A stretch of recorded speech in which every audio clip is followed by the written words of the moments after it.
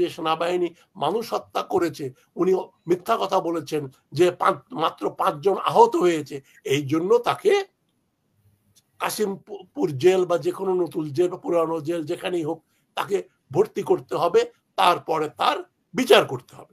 প্রফেসরকে আনবে না, প্রিন্সিপালকে আনবে না, কারণ জনগণ মনে করে দারোগা সাহেব প্রিন্সিপাল সাহেবের চেয়ে বড় ক্ষমতা আছে, পারলেই গলায় দড়ি দিয়ে কোমরে দড়ি দিয়ে গ্রেপ্তার করে নিয়ে যায়। ওই কলোনিয়াল লিগেসি হচ্ছে যে আপনাকে কোমরে দড়ি দিতে পারে সে হচ্ছে বস। কম্পিউটার চিপস যা কিছু তারা তৈরি করে ওগুলোর সাবকন্ট্রাক্ট নিয়ে এই যে দর্জিগিরি করা, যেটা রহমান সুবহান সাহেব বলেছেন, দর্জিগিরি করে হবে না। উনি রহমান সুবহান এক সেমিনারে বলেছিলেন এই গার্মেন্ট ফ্যাক্টরি দিয়ে বাংলাদেশে উন্নতি হবে না। তাকে ধরছেন না, আপনি সালমান রহমানকে ধরছেন। সালমান রহমানের চাইতে তো বড় দোষী হচ্ছে শাহাবুদ্দিন চুপ্পু। এবং যারা এই সরকারকে টিকিয়ে রাখার জন্য মানুষ হত্যা করেছে প্রত্যক্ষভাবে বা পরোক্ষভাবে, তাদের অন্যতম কুশীলব হচ্ছেন ওয়াকারুজ্জামান। ওয়াকারুজ্জামান আরেকজন জেনারেল নুরুদ্দিন নন। তিনি 3 তারিখে যখন বুঝতে পারলেন যে বাতাস অন্যদিকে যাচ্ছে, তখন উনি আর মানুষ খুন করার থেকে বন্ধ করলেন। এর আগে যে খুন জখম হয়েছে, আয়না ঘরে যে লোক আটকে রেখে গুম করা হয়েছে, আমি পুনরাবৃত্তি করছি, আপনি ঢাকা ক্যান্টনমেন্টে কমান্ডার ইন চিফের বাড়িতে বাস করেন, ওই কচু ক্ষেতের ভেতরে আপনার আরেকজন মেজর জেনারেল হামিদুল হকের নেতৃত্বে একটা ইনস্টিটিউশন চলছে ডিজিএফআই, তাদের ওখানে আয়না ঘর নামে কয়েদখানা, আপনি জানেন না? তাহলে আপনি কিসের কমান্ডার ইন চিফ? আর্মির চিফ আপনার এক মেজর জেনারেল কি করছে আপনি জানেন না? তাহলে ইউ আর ইকুয়ালি রেসপন্সিবল। আপনার 46 ব্রিগেডের ব্রিগেডিয়ার কি করছে, মানুষ হত্যা করছে, আপনি জানেন না, বা জেনেও না জানার ভান করছেন, তাহলে তো আপনার চাকরি যাওয়া উচিত যে আপনি জানতেন না। আর যদি জেনে না জানার ভান করে থাকেন তাহলে আপনাকে জেলে দেওয়ার কথা।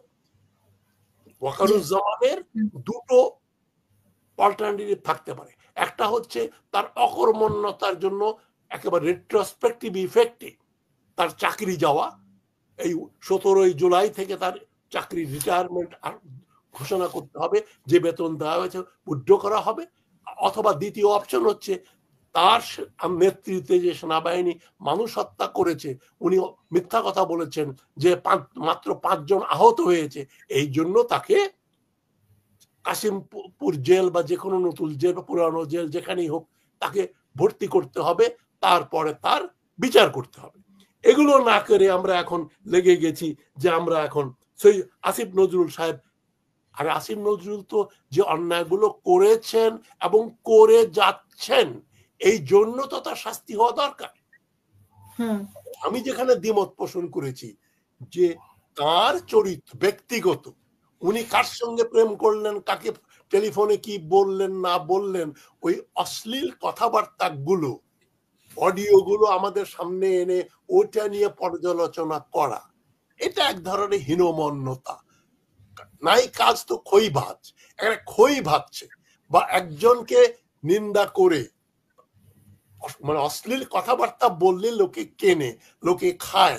যেটা আমি সালিশের মূল অ্যাট্রাকশন, শত শত লোক শুনতে চায় সালিশের যে মাতব্বররা কি অশ্লীল ভাবে ওই যে ঘটনাগুলোকে পর্যালোচনা করে, যেগুলো জানার দরকার নেই।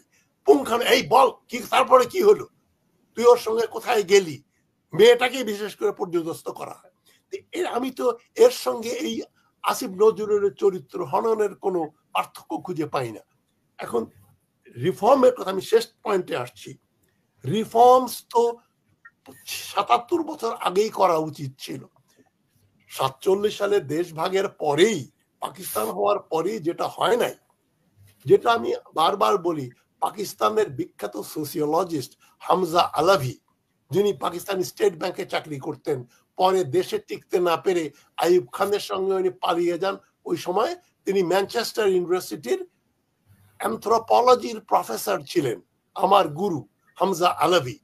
তিনি একটা বড় লেখা লিখেছিলেন 72 সালে, এবং উনি বলেছিলেন যে পাকিস্তান এবং বাংলাদেশ এই দুটো দেশ হচ্ছে পোস্ট কলোনিয়াল স্টেটের সবচাইতে জঘন্যতম উদাহরণ। এই পোস্ট কলোনিয়াল সিনড্রোমটা কি? ব্যুরোক্রেসি, পুলিশ, মিলিটারি হবে সবচেয়ে শক্তিশালী। ব্রিটিশ আমলে যে আর্মি অফিসাররা যেটা বলতো ব্লাডি সিভিলিয়ানস, ওইটা কিন্তু পাকিস্তান আর্মি অফিসাররা এখনো বলে। এবং বাংলাদেশি তাদের উত্তরসূরিরাও কিন্তু ওই একই mentality, you R A bloody civilian. আমি ব্রিগেডিয়ার, আমি এনডিসি করেছি, ন্যাশনাল ডিফেন্স কলেজ, ওইটা আমার নামের সঙ্গে লেখে। আমি ন্যাশনাল ডিফেন্স কলেজে 4 বছর পড়িয়েছি, ঢাকাতেও এবং আমেরিকাতেও। আমেরিকার 4 বছর পড়িয়েছি ওদের মিলিটারি কলেজে, কর্নেল ব্রিগেডিয়ার মেজর পড়িয়েছি, আমি শেষ করছি। তো সেখানে কথা হচ্ছে যে ওই আর্মি অফিসারদের কি কোয়ালিফিকেশন আমরা জানি, বেশিরভাগই ইন্টারমিডিয়েট পাস। পাকিস্তান আমলে তো আরো খারাপ অবস্থা ছিল, মোটামুটি 3rd ডিভিশনে ইন্টারমিডিয়েট পাস করা লোকজনকেই পাকিস্তানিরা বাঙালি অফিসারদের হিসেবে নিয়োগ করত, যেন এরা জেনারেল হতে না পারে। ওইটা ছিল পাকিস্তানের একটা ডিসক্রিমিনেটরি পলিসি। পাকিস্তান আর্মিতে কাজ করা বহু মেজর জেনারেল এবং জেনারেলদের আমার দেখার সৌভাগ্য হয়েছিল, জেনারেল জিয়াউর রহমান এবং মঞ্জুর এবং 2-1 ছাড়া। বাদ বাকি গুলো তো they look like হাবিলদার্স, talk like হাবিলদার্স। ওইটা তো পাকিস্তান আর্মি ইচ্ছা করে সৃষ্টি করেছিল যে এই বাঙালিকে আমি বানাবো, মেজর হয়ে রিটায়ার করবে, কিন্তু কোটা দিতে হয়, পাকিস্তান থেকে না নিলে খারাপ দেখায়। ভালো ভালো ছেলেদেরকে পাকিস্তান আর্মি নর্মালি কমিশন দিত না। এখন তাদের আন্ডারে যে শাসন ব্যবস্থা ছিল, পাকিস্তান চালিয়েছে মিলিটারি অফিসাররা, তারা ব্রিটিশ আমলের যে ফ্যাসিলিটিস ছিল আর্মির, তার চাইতে শতগুণ বৃদ্ধি করেছে। বাংলাদেশ হওয়ার পরে হলো কি, আমরা কিন্তু 2টা কলোনিয়াল লিগেসি আমরা মেনটেন করছি, একটা হচ্ছে ব্রিটিশ আর একটা হচ্ছে পাকিস্তানের সেমি কলোনিয়াল এই লিগেসি। ফলে এখানে ব্যুরোক্রেসি, মিলিটারি, এই আমলা, এরাই হচ্ছে সমাজের হর্তা-কর্তা। সাধারণ লোকজন এখনো একজন চিফ গেস্ট বানাতে হলে লোকাল ওই ইউএনও উপজেলা নির্বাহী অফিসার না পাওয়া গেলে একজন দারোগাকে, থানার দারোগাকে চিফ গেস্ট বানাবে।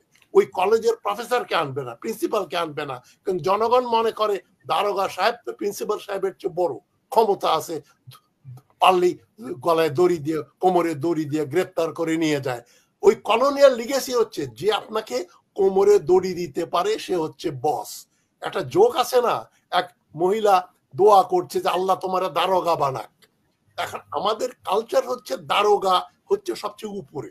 এখন এই যে রিফর্ম যেটা শুরু হওয়ার কথা ছিল 47 সালে, হয় নাই, 72 সালেও হয় নাই, 90-91 সালেও যেটা হয় নাই, সেটা এখন আমরা 2024 সালে চাচ্ছি।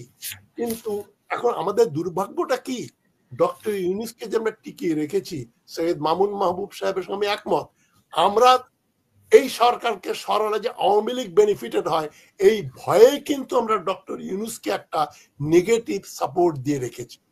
নেগেটিভ সাপোর্ট দিয়ে যাকে আমরা টিকিয়ে রাখছি, তাদের কাছ থেকে আমরা বড় কিছু আশা করতে পারি না। উনি উনার যে উপদেষ্টা মন্ডলী করেছেন, মানে প্রথমত উনি নিজের ডিস্ট্রিক্টের লোক এনেছেন, তারপরে এনজিওর লোক এনেছেন, তারপরে এই যে শত প্রতিবাদের পরেও ওই যে ফারুকি সাহেবের মতো লোককে উপদেষ্টা বানিয়ে রেখেছেন, ম্যাট্রিক পাস একজন। তা এখন ডক্টর ইউনূস তো জ্ঞানী লোক, কিন্তু উনি ইকোনমিক্স ভালো বোঝেন, হয়তো বা ভালো বোঝেন। গ্রামীণ ব্যাংকের আমি বিরাট ক্রিটিক, আমিও ম্যাক্রো ক্রেডিটে বিশ্বাস করি না, কোনো এনজিওতেই বিশ্বাস করি না। দেশ উন্নত হবে গুড গভর্নেন্সের দ্বারা, নন গভর্নমেন্ট এজেন্সি দিয়ে। সিঙ্গাপুর বলেন, মালয়েশিয়া বলেন, south Korea, Japan, America, Britain, কোন দেশই নন গভর্নমেন্ট এনজিও দিয়ে উন্নত হয়নি, তারা হয়েছে গুড গভর্নেন্স দিয়ে। সুতরাং ডক্টর ইউনূস নিগেট করছেন। উনি তো বড় বড় কথা বলেন, উনি বলেছিলেন যে 2030 সালে বাংলাদেশে যদি কেউ দারিদ্র দেখাতে পারে তাকে উনি $1 মিলিয়ন পুরস্কার দেবেন।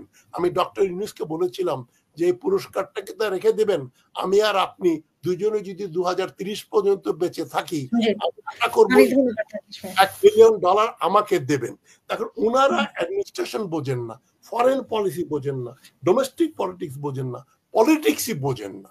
তা সত্ত্বেও ওনাদেরকে থাকতে হচ্ছে নেগেটিভ সাপোর্ট দিয়ে, যে ওনারা না থাকলে তো আওয়ামীরা চলে আসবে। ভারত যে বাংলাদেশের সবচাইতে বড় শত্রু, সার্কের রিভাইভাল দিয়ে বাংলাদেশ টিকবে না। আমাদের পারলে জয়েন করতে হবে আসিয়ান, আসিয়ানে যাওয়ার চেষ্টা করতে হবে। এবং ডক্টর ইউনূসের ইতিমধ্যেই উচিত ছিল Philippines, Indonesia, Malaysia, Singapore, Thailand, Burma, এই আসিয়ানের সবগুলো দেশ সফর করা এবং চীনকে এই 64টা ডিস্ট্রিক্টে এক্সপোর্ট প্রমোশন জোন বানিয়ে চীনের কম্পিউটার, চীনের ল্যাপটপ, চীনের কম্পিউটার চিপস যা কিছু তারা তৈরি করে ওগুলোর সাবকন্ট্রাক্ট নিয়ে এই যে দর্জিগিরি করা, যেটা রহমান সুবহান সাহেব বলেছেন, দর্জিগিরি করে হবে না। উনি রহমান সুবহান এক সেমিনারে বলেছিলেন এই গার্মেন্ট ফ্যাক্টরি দিয়ে বাংলাদেশে উন্নতি হবে না, কারণ রোবোটাইজেশন যখন হয়ে যাবে গার্মেন্টের এই সেলাই মেশিন থাকবে না। আমি শেষ করছি এই কথা বলেই যে রিফর্ম করতে হলে administration, judiciary, arm forces, police forces, education সিস্টেমের রিফর্ম একেবারে অপরিহার্য। আপনি একটা দেশে 3টা সিস্টেম রেখে দিয়েছেন। ইংলিশ মিডিয়াম, ভালো ভালো চাকরি বাকরি করবে, বড় লোকের ছেলেমেয়েরা পড়বে, দেশে পড়ে টড়ে দেশে বাইরে চলে যাবে বেশিরভাগ, যারা থাকবে তারা মোটামুটি ভালো চাকরি বাকরি করবে ফরেন অর্গানাইজেশনে। 2 নম্বর হচ্ছে বাংলা মিডিয়াম, এরা বিসিএস পরীক্ষা দেবে আর বিচারপতি হবে, জাজ হবে। সুপ্রিম কোর্ট, হাইকোর্টের আমি ম্যাজিস্ট্রেট বিচারকদের সঙ্গেও আমি ওঠা বসা করেছি, না জানেন ভালো বাংলা, না জানেন ইংরেজি। এখন আর একটা হচ্ছে মাদ্রাসা মিডিয়াম, যাদের কোনো এমপ্লয়াবিলিটি নাই। আপনি ইংরেজি, আমি শেষ করছি, ইংলিশ স্পিকিং ইংলিশ মিডিয়ামের হচ্ছে মোস্ট এমপ্লয়েবল, বাংলা মিডিয়াম ছাত্ররা হচ্ছে গিয়ে আন্ডার এমপ্লয়েবল, আর মাদ্রাসা হচ্ছে টোটালি আনএমপ্লয়েবল গ্রাজুয়েট সৃষ্টি করার কারখানা। এখন এইভাবে রিফর্ম যদি না করেন, education, health care, judiciary, police, civil administration, সব জায়গায় রিফর্ম লাগবে, যেটা 47 সালে দরকার ছিল, হয় নাই। এটা 53 বছরের না, এটা আমি বলবো 77 বছরের ব্যর্থতাকে আমরা এখনো বয়ে বেড়াচ্ছি। ধন্যবাদ।